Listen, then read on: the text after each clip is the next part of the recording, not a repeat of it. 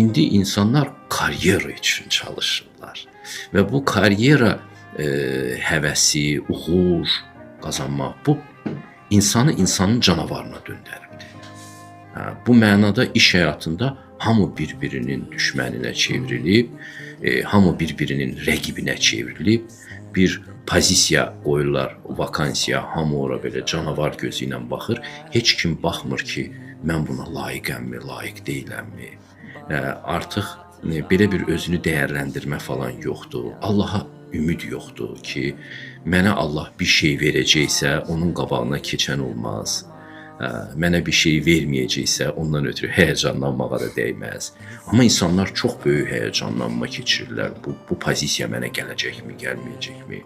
Və yarış içərisindədirlər bir-birindən. Bu əxlaqsızlığın təməlini yaradır. Bütün münasibətlər bundan sonra korlanır. Ki, insanlar nə üçün yaşayırlar, bu dəyişibdir. Seni başka kimse bulamaz.